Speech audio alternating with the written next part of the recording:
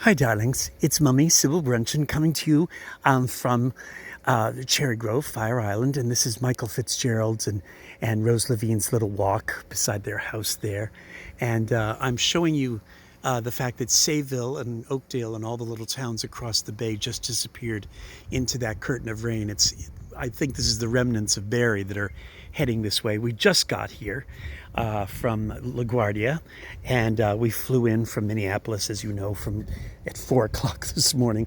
This is Michael Fitzgerald's paint area. He's sort of the 21st century's answer to Jackson Pollock, but not nearly as drunk nor driving carelessly. But that's another story for another time.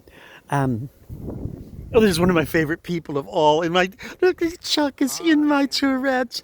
Oh, Chuck, darling, how are you? You just get handsomer and handsomer. Darling, the rain's coming, so do get in before it gets you. Yeah, it's heading our way. See you later. So you see, that's what Cherry Grove is like. You run into friends. It's just like Andy of Mayberry. Anyway, so I wanted to just show you.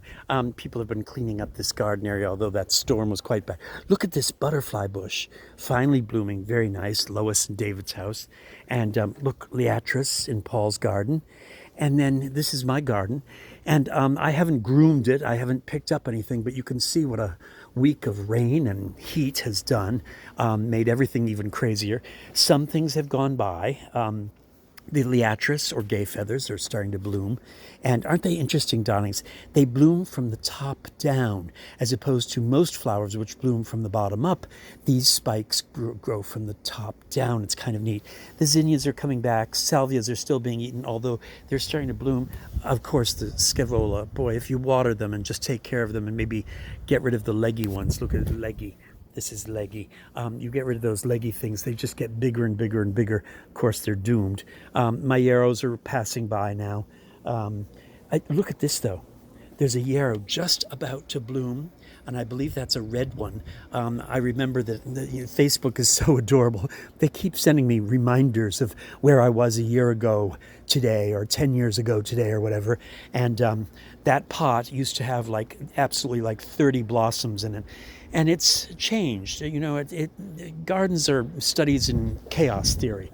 You plan and plan and plan, and nothing quite works out the way you want, perhaps. The lavenders have gone by. Yes, although if you touch the leaves, they smell wonderful.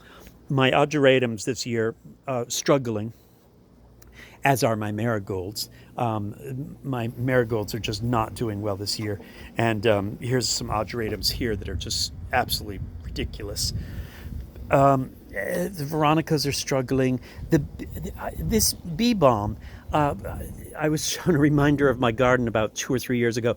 This pot was full of bee balm, and I guess it's competing with the asters and with the veronicas. I don't know what to say about that. Look at the lobelias. Some of the lobelias are coming back, right? Mummy deadheaded them and pruned them, and others are just struggling. Look in there. A catastrophe. And here, look at this. You know, sort of, okay. Gazanias, lovely. Fleabane everywhere, although the fleabane are finally getting flea bitten, aren't they? I'm going to deadhead them. They've gone by. They're annuals. And they self-seed. So these, I have fleabanes every year. It's up to me to decide where I want them to be. The coleus are an embarrassment of riches, aren't they? I have tremendous luck with coleus, and then of course with New Guinean patience tucked all in this shady corner, although you can't tell today what it is. There's my little gardenia, which I pruned all the way back and was very concerned that it was dead, but all the wood that I trimmed down to was green and alive and not brittle and not crispy. So I'm soaking and feeding it and putting it in the sunlight and the warmth, and we're going to hope that in 30 days we have some green growth on there, just in time for me to take it back to my bay window in the city. What can I tell you? More fleabane, which is completely out of control. A gazania there. Look at the calabrocua. Oh my goodness. They just are so happy up there. Every year I put them there. Last year I put marigolds up there, and they were happy. These airborne baskets seem to be just, a wonderful thing. Mexican gold in the little pots came back. Lantana struggling a little bit. I'm not sure why. And this little orphan, I can't remember what the name of it is. I'm trying. I don't know what to give it to make it happy, but Anyway, and here's the asters, which will be blooming later. They've just become like weeds. They're indestructible. All right, well, tomorrow is a day that I will be deadheading balloon flowers. There they are. Geraniums, of course. And probably trimming that dianthus back.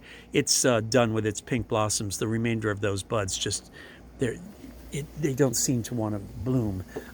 It's sort of like, it's a carnation relative. It's almost like it said, I gave you 30 pink flowers, and yes, I have all these other buds, but I'd rather not work that hard, so screw you. What can I tell you? One little observation. We missed the monarch butterfly. It's about to rain, so I think all the birds and butterflies have headed in for the evening. I wish you could have seen a couple of butterflies in the garden. Heartbreakingly, it's July. It's the second half of July, and my garden years ago used to be filled with bees and butterflies everywhere. Friends of mine that would visit me in the garden would say that they were actually terrified to sit here because if they were afraid of bees, they would say, "Oh my goodness, Sybil, are the bees going to sting me?"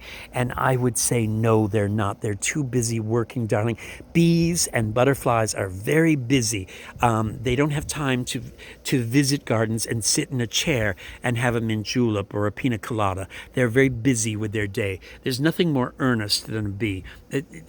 I get more pleasure out of watching bees work and be so studious and so committed and so authentic to their work. There's nothing, I mean, if there must be a God, because a bee is truly one of the most miraculous creations of all. There are no bees. There are no bees left. We have sprayed for mosquitoes and I don't know, fertilized and Agent Oranged and Roundupped our soil and our gardens, and our wildlife in our gardens is gone. There's no metaphor there. I mean, there's the ultimate metaphor.